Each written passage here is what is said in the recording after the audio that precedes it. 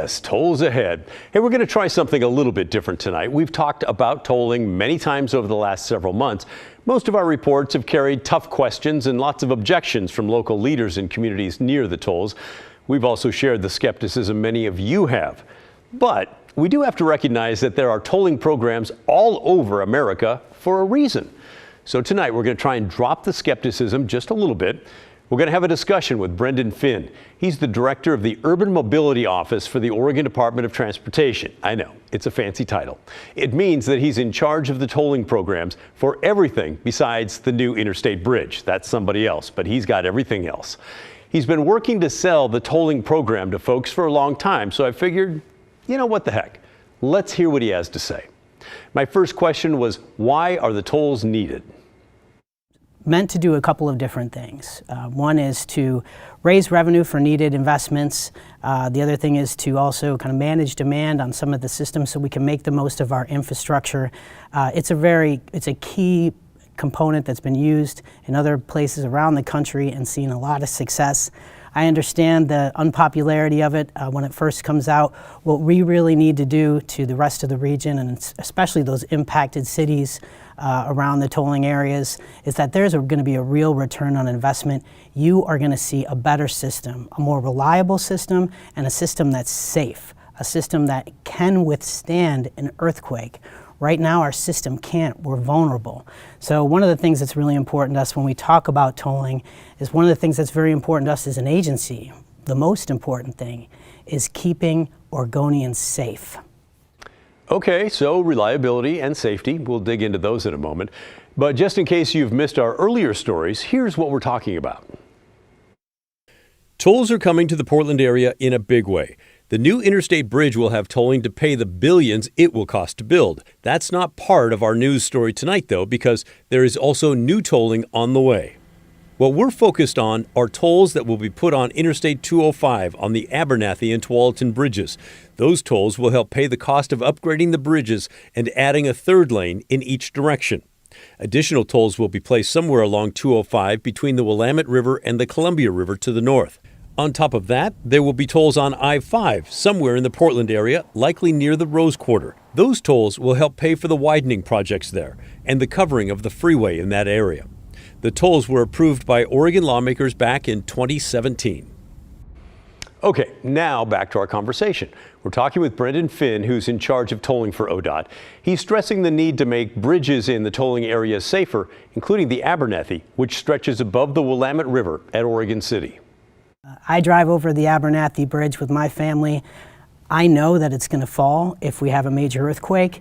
I don't know if everybody who drives over that bridge knows that, but it scares me, and I know that that's one of the more important things that we provide for those of us in public services, keeping people safe.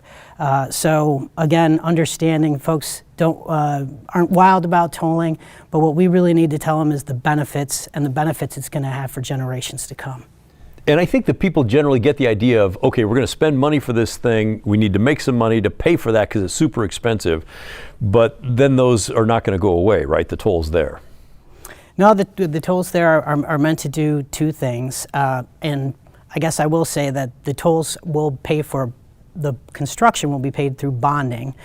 So not to get into too much of the financial planning details, but think about your mortgage. A lot of people get a 30-year mortgage. We're getting a 30-year mortgage to pay off this bridge through the tolling program. So after 30 years, will leaders at that time decide whether to keep the tolls on or take them off? That's a question for future generations, Pat. Okay. Oh, so you're getting basically a 30-year advance, be paid back through the tolling. That's correct. And it's okay. And we haven't decided whether it's 25-year or 30-year. Right now, our financial team, planning team, is looking at what's the best return for Oregonians. Okay. Fair enough. The translation, tolling may or may not be there forever, but it will be there for 25 or 30 years. So, you know, if you're my age or older, that's kind of like forever. I asked Finn how much the tolls will cost and how many tolls we'll have to pay along 205 or I-5. He said he doesn't know for sure, but that the numbers will be out next summer, at least for the Abernathy Bridge area.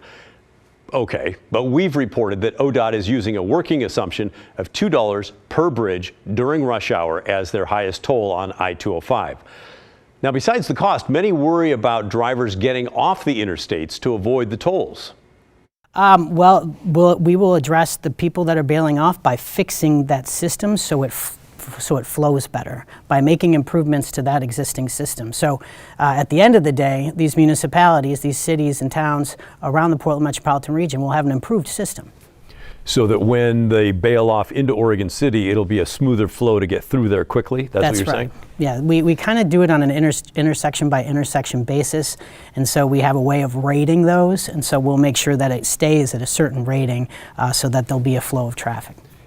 As ODOT's tolling guru, Finn says the agency has promised to continue monitoring Oregon City and West Linn to make sure that their solutions are working, and if they're not, to find new approaches to fix the problems. Let's talk about congestion pricing a little bit and how that will change things, because like on 205, you're adding a lane each way, which seems to me would take care of congestion. But I know that you folks believe that the tolls will also help with the smooth flow. Yeah, both, they complement each other. So with both of them, with tolling and adding the missing third lane, as we like to say on I-205, we'll be able to take what was going to be 14 hours of congestion in 2045 and make that 2 hours of congestion. So you understand the magnitude. So both of them combined, you really get the best use of the infrastructure that we have, because we know we can't build our way out of congestion. We want to build the right system that can serve us for the next 2 generations. We're taking on something that we're hoping will create something for the next 50 years. And how do you know it will shrink it down to 2 hours? Well, this is through the modeling and through the science. It's by understanding how much growth is going to be happening, what kind of traffics we're seeing now. So the engineers sit down and crunch these numbers using the modeling that the entire region has agreed upon to say, yes, this is what will happen, and this is the impacts and the results of those improvements.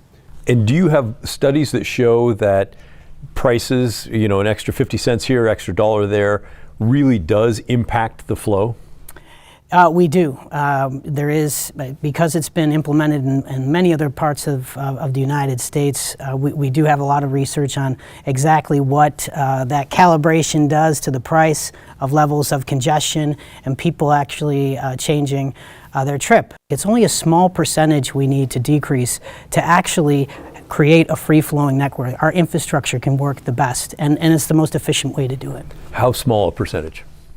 About 5% usually is the kind of That's all rule it of takes? thumb. Yeah, if you get 5% of those trips that are out there, and it's been said that almost 30 of those trips that are happening are discretionary, where people could take those trips at another time. 30% of the 100% that's on there? Correct. Those people don't have to be there at that moment? Yeah, but there is 70%, which we fully appreciate, that have to be there on that time to either get to work, get to a medical appointment. They can't not be on using the system at that period of time. That's why we really want to make sure we're not punishing those that are experiencing low incomes. Which then does bring the question of low-income drivers. Finn, who again is ODOT's tolling leader, says the agency is studying the best way to help those drivers with paying the tolls. We are the first in the nation, I do like to brag a little bit about this, that has considered that and plan on implementing a low-income discount or exemption program prior to actually turning on tolls. Obviously, there's hundreds of toll programs throughout the nation. None of them have actually contemplated this prior to implementation of a toll program. So we've heard that message loud and clear from the public, from elected leadership from around the region, and we look forward to implementing that. So I'd hoped he would give us some specific details on that, but apparently not yet. He did say the most likely scenario is that the discount program will tap into the welfare system that currently helps low-income people, and that people who are in that system would automatically qualify for reduced or possibly even free tolls. Finally, he wants you to know that the tolls are necessary to improve a system that is going to last a long time. it'll be a benefit. People will see a benefit to the system. It'll make it easier for them to get around, easier to get to their appointments, easier to get their kids to soccer games and be on time. So that's the real benefit we want to articulate to everyone. Okay, what do you think? Did he sell you? Do you want to ask him more questions in person, by the way? Tomorrow, he's going to be at the Charbonneau Country Club. That's tomorrow morning, 10 a.m. He'll be presenting information about the tolling plan. I'm sure he'd love to meet you. You can go. It's open to the public.